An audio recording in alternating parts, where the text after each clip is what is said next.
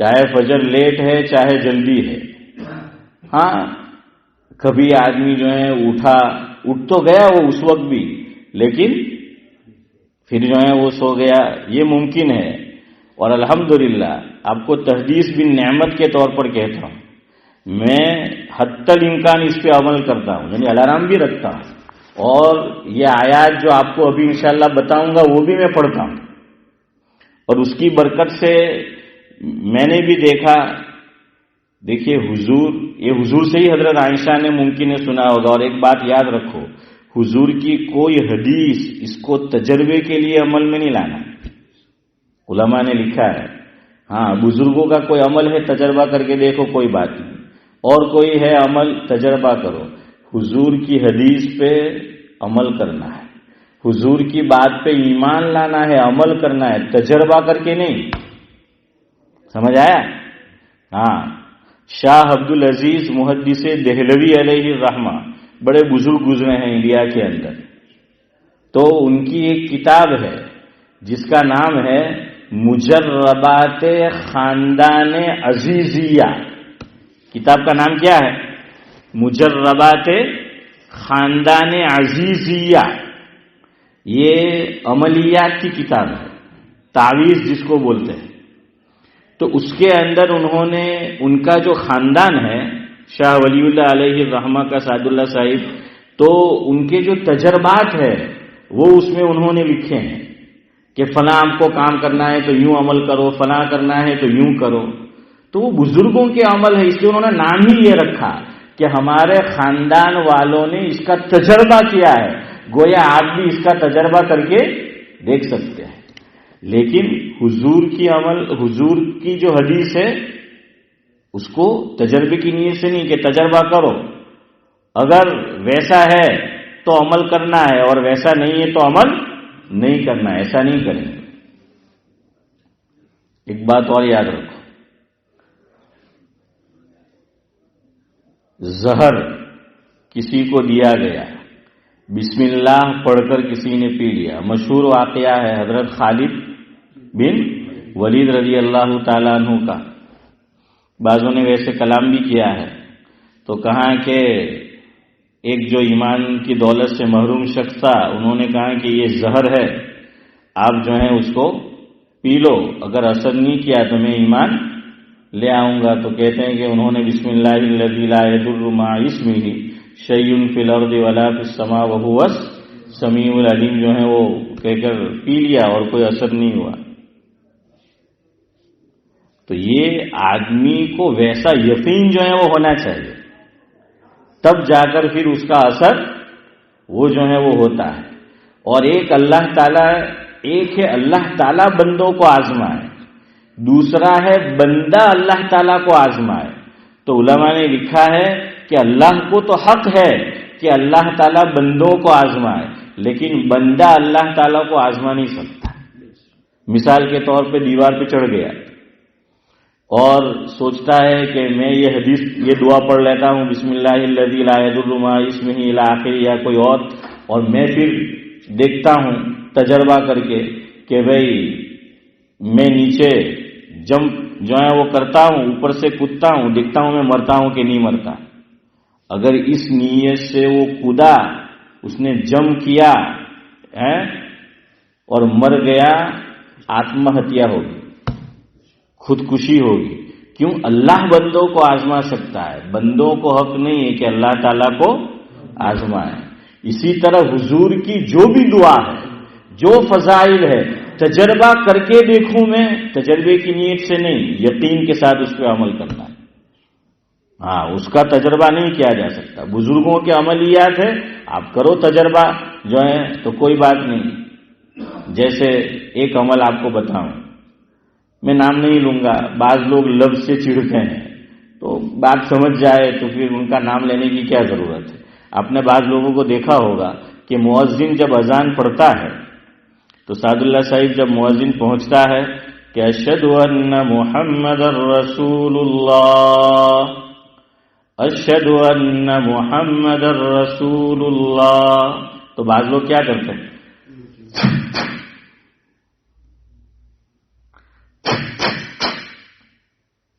دیکھا ہے؟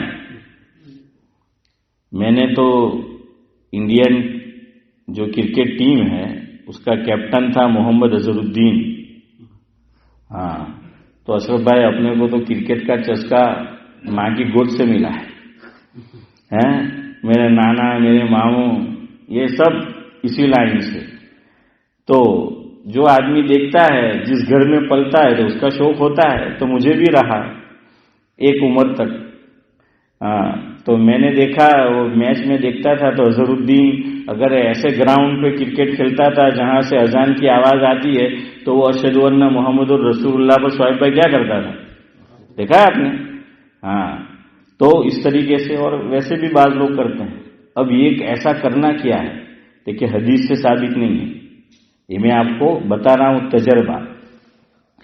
علماء نے لکھا ہے حسن بھائی کہ اصل میں یہ تجربہ ہے کسی بزرگ کا کہ ان کی آنکھ درد کر رہی تھی، اور حضور کا جب نام اذان میں آیا تو حضور کی ذات سے محبت ہر مسلمان کو ہوتی ہے، اور ایمان کی اساس اور بنیاد ہے حضور سے محبت.